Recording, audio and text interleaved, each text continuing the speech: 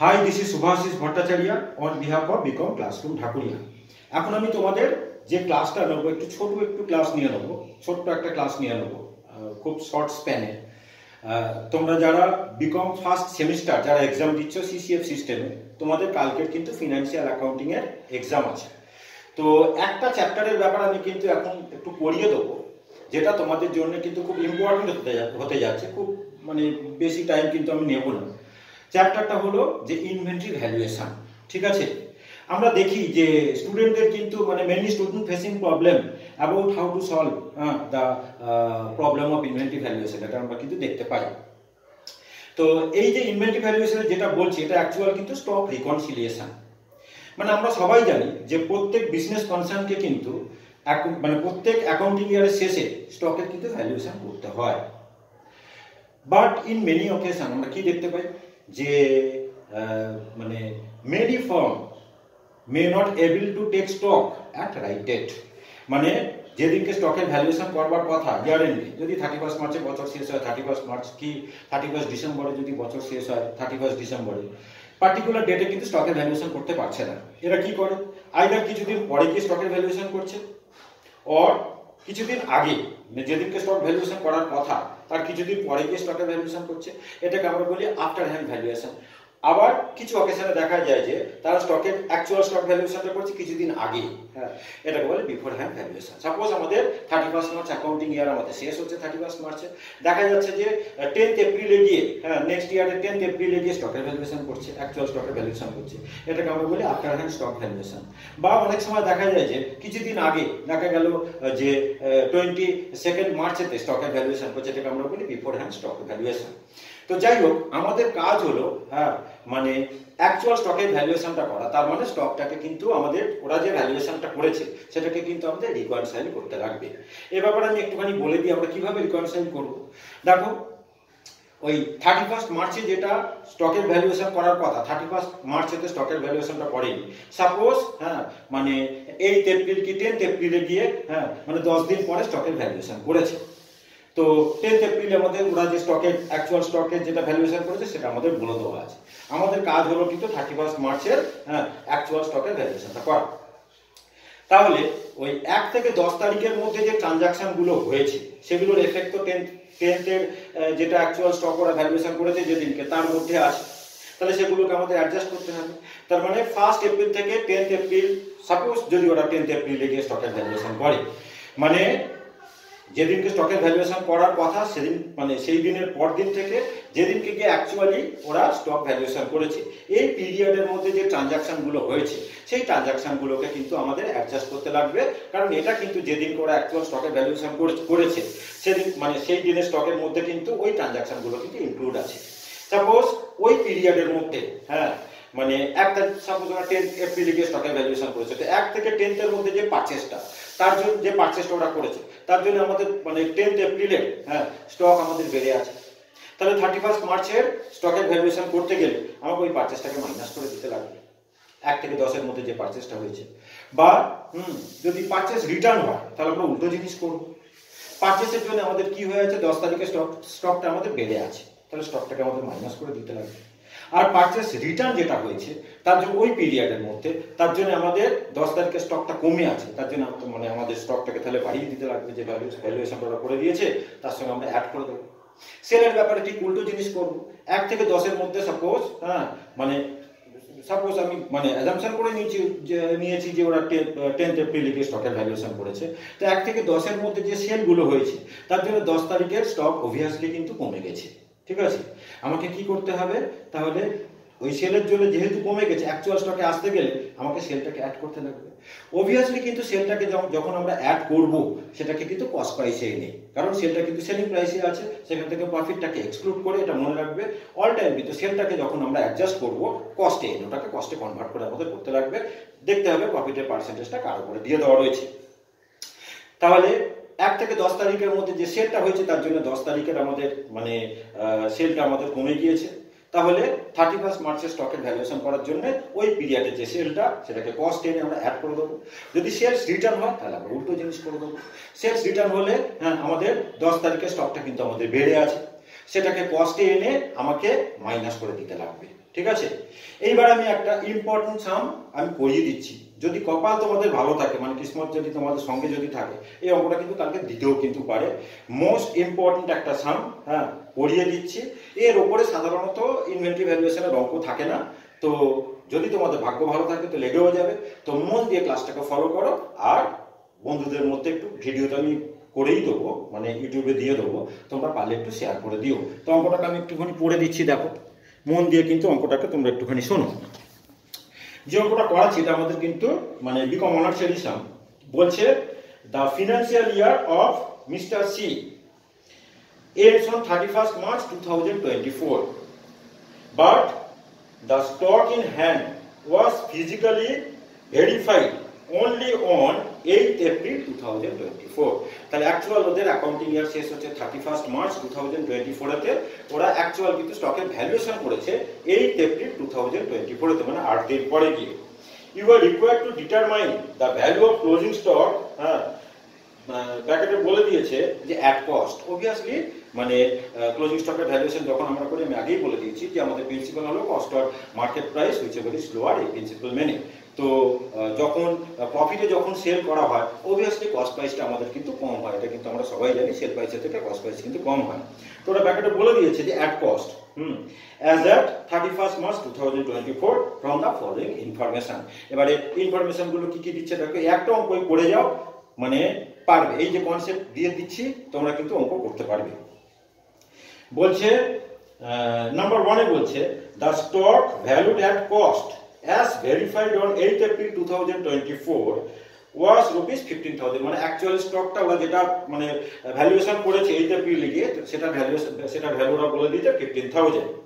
বলছে sales have been entered in the sales day book only after the dispatch of goods, মানে মাল যখন delivery হয়ে যায় তখনই একমাত্র ওরা কিন্তু সেলটাকে কিন্তু বইতে এন্ট্রি করে, সেটাই ওরা বললো।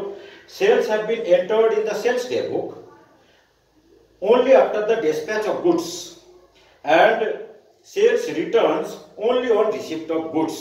তাহলে সেলটাকে ওরা কিন্তু কনসিডার করে যখন অ্যাকচুয়ালি কিন্তু আমাদের হাত থেকে মালটা যখন ডেলিভারি হয়ে যায়, এবং সেলস রিটার্নটাকে ওরা কিন্তু বইতে কনসিডার করে, মানে বইতে এন্ট্রি করে যখন রিটার্নটা কিন্তু অ্যাকচুয়ালি টেক প্লেস করে, মানে রিটার্নটা যখন আমাদের হাতে আসে।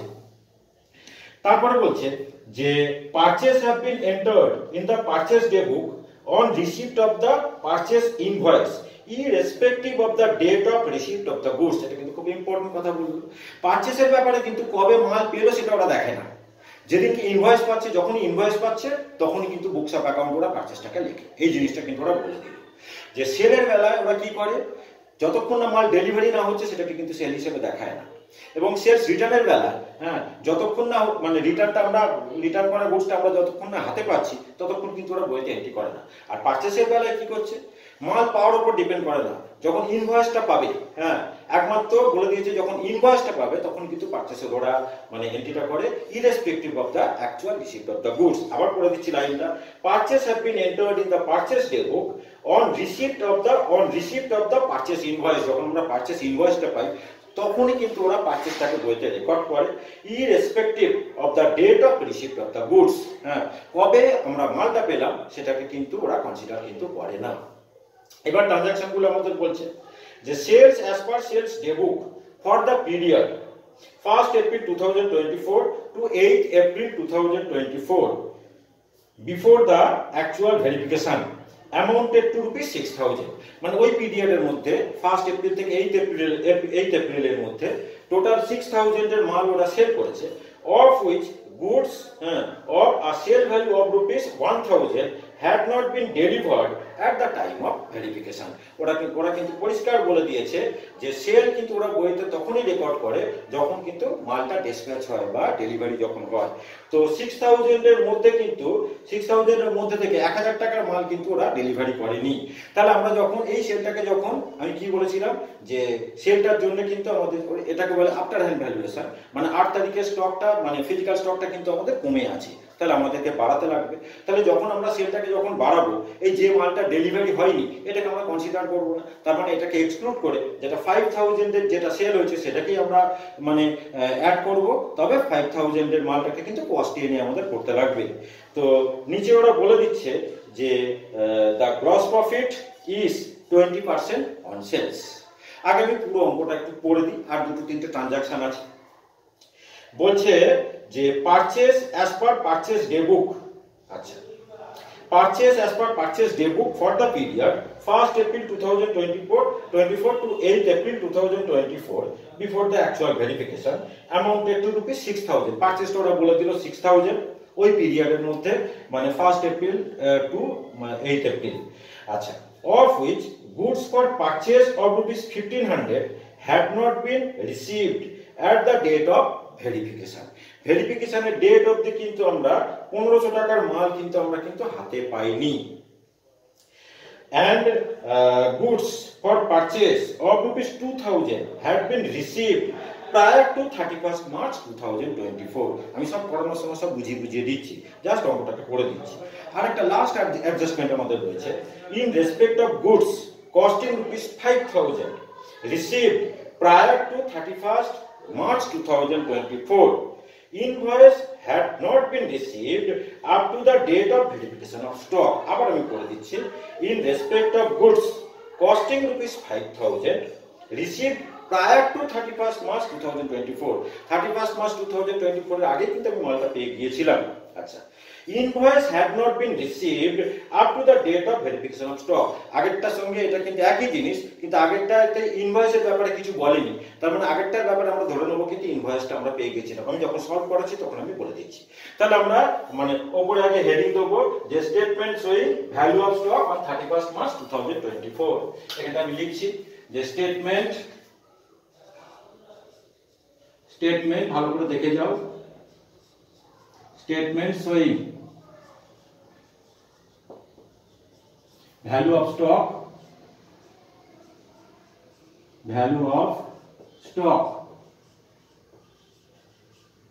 on 31st March 2024। দুটো কলম আমরা এখানে মেনটেন করব, স্টেটমেন্ট ফরম্যাটে হবে আমাদের, স্টেটমেন্ট ফরম্যাটে করব। এগুলো আমাদের রুপিস অ্যামাউন্ট, ঠিক আছে। বেশি টাইম নেব না, কালকে তোমাদের পরীক্ষা আছে। মাস্ট কিন্তু এই ভিডিও ক্লাসটা ভালো করে তোমরা কিন্তু দেখে যাবে প্রত্যেককে, এবং বন্ধুদের মধ্যে কিন্তু অঙ্কটাকে একটু শেয়ার করে দেবে। তাহলে প্রথমে আমরা লিখবো যে অ্যাকচুয়াল স্টক ওরা যেটা করেছে সেটা ওরা কত টাকা লিখেছিল, যে স্টক অ্যাজ অন 8/4/2004 তে ওরা করেছিল হচ্ছে কি 15000। সেটাকে আমরা লিখি যে সে মানে স্টক অ্যাজ অন 8/4/2024 15,000, যেটাকে ওরা ভ্যালুয়েশন করেছিল 8 এপ্রিলে গিয়ে, হ্যাঁ ওরা তো 31 মার্চে করতে পারে, 8 এপ্রিলে গিয়ে স্টকের ভ্যালুয়েশন করেছিল ওরা 8000।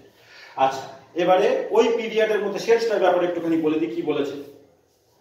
সেলসের ব্যাপারে তো আগে যা বলার আমি বলে দিয়েছিলাম, পারচেসের ব্যাপারে যা বলার আমি বলে দিয়েছিলাম ওরা কিভাবে এন্ট্রি করে।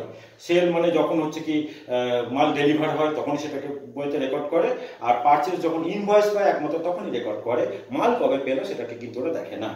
এবার বলছে যে sales as per sales day book for the period 1st April 2024 to 8th April 2024 before the actual verification amounted to rupees 6000, of which goods of the value of rupees 1000 had not been delivered at the time of verification।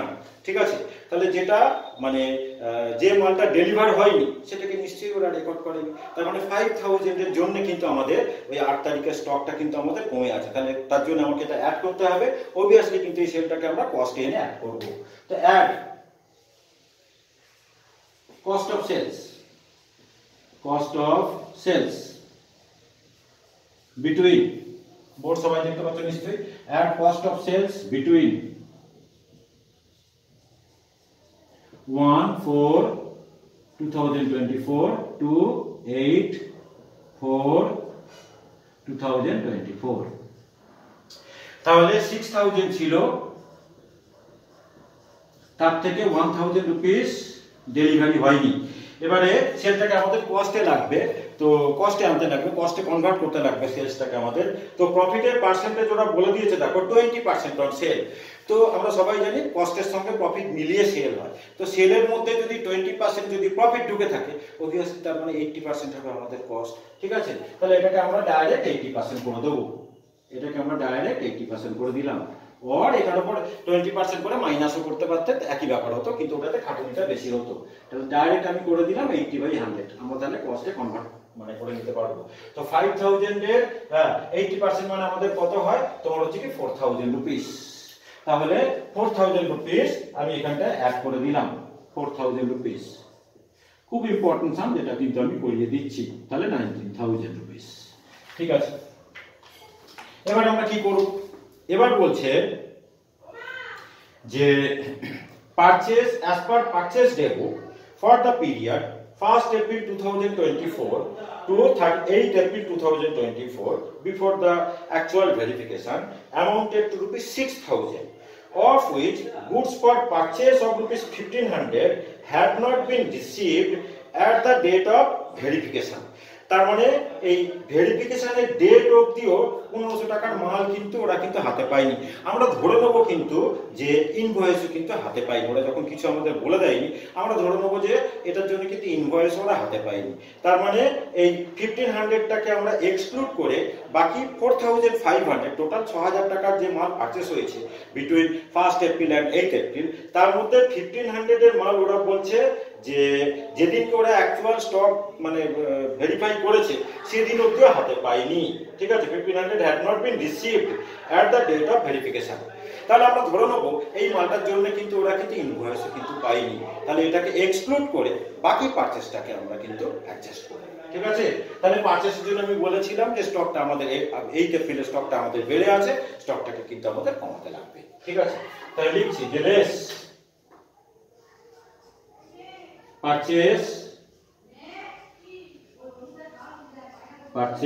between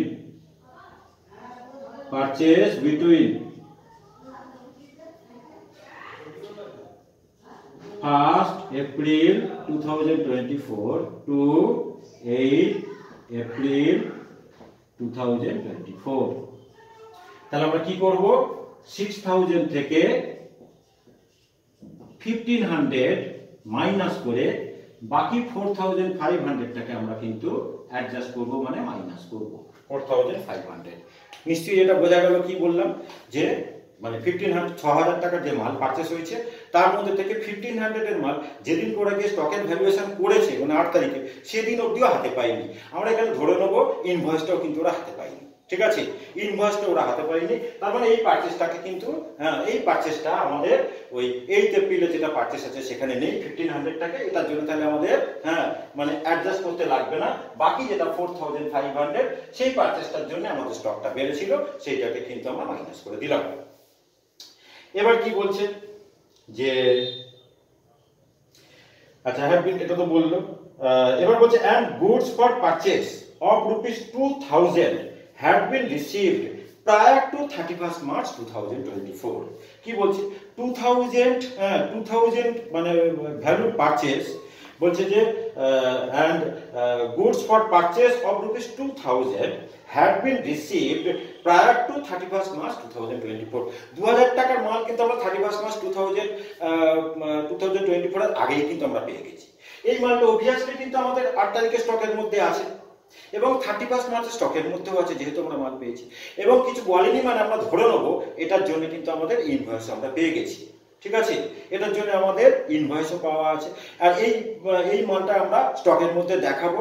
তো মানে 8 তারিখে যে স্টকটা আছে ওটার মধ্যে এই যে 2000 টাকার যে মালটা ঢুকে আছে তার জন্য আমাদের কোনো আর মানে ভুল কিছু নেই, আমাদের কোনো অ্যাডজাস্টমেন্ট করতে লাগবে না, কারণ এটা আমাদের ফিজিক্যাল স্টকের মধ্যেও থাকবে এবং এটার জন্য ওরা ইনভয়েসও কিন্তু পেয়ে গেছে। ঠিক আছে, মানে 31st মার্চের আগে ওরা মালটাকে রিসিভ করে ফেলেছে, তাই ওরা বলেছিল যে goods for purchase of rupees 2000 had been received prior to 31st March 2024।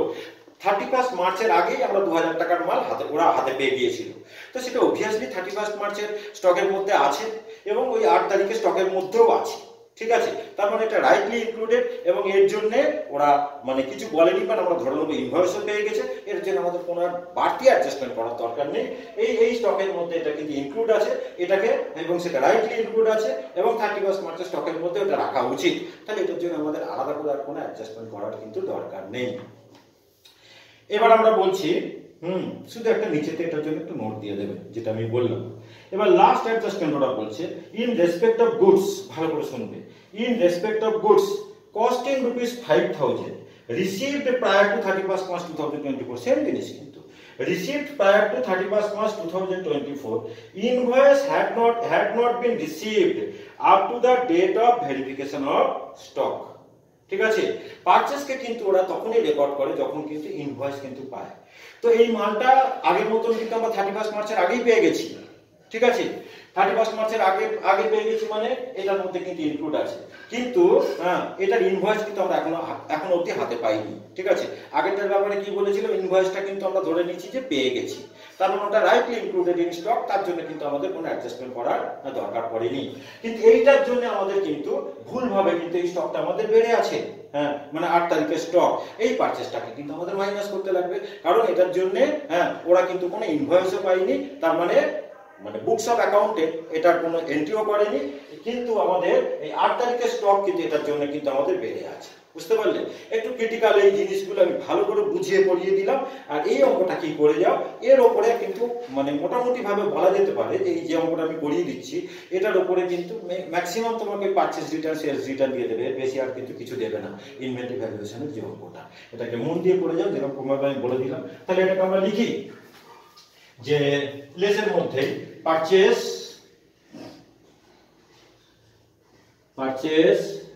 Between 1/4/2024 to 8 April 2024, for which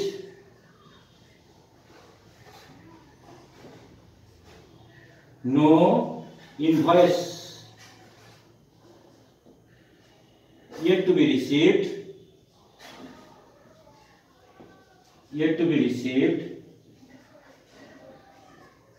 but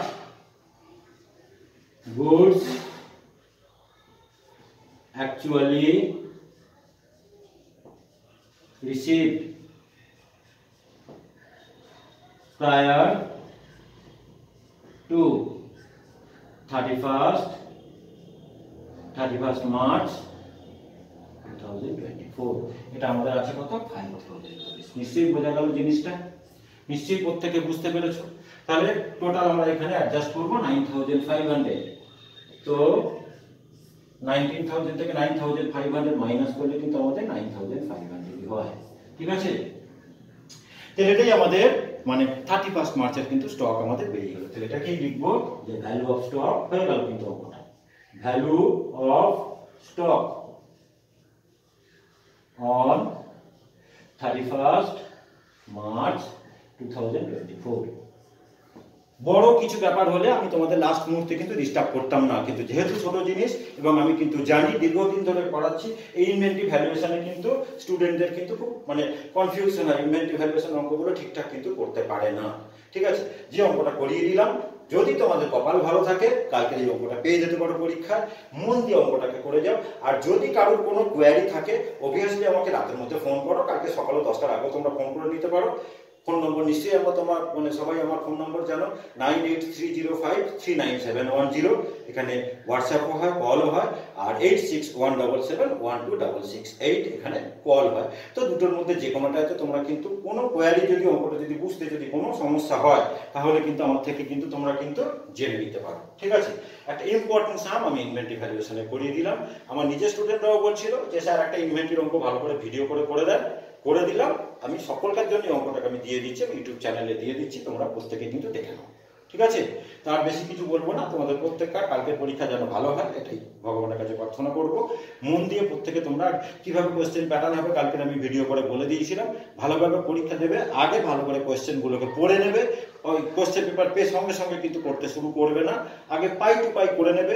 তোমার টার্গেট থাকবে আগে কিন্তু 3টে অঙ্ককে কিন্তু কমপ্লিট রাইট করা, যেটাই হোক, সে 10 নম্বর হোক বা 15 নম্বর, যেটাকেই তুমি চয়েস করো না কেন, চেষ্টা করবে ওগুলোকে কিন্তু যেন এক্সামিনার যেন কোনো লাল কালি না ছোঁয়াতে পারে।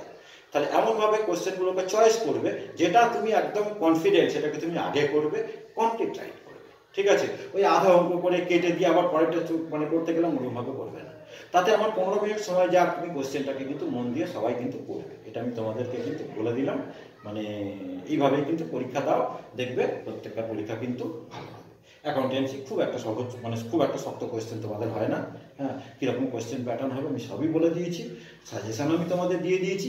আশা করা যায় তোমরা প্রত্যেকে আমার সাজেশান ফলো করেছো, আর এই অঙ্কটা মোস্ট প্রবাবলি আমার সাজেশানের মধ্যেও আছে। ঠিক আছে, তো সবার জন্য তোমাদের সবাই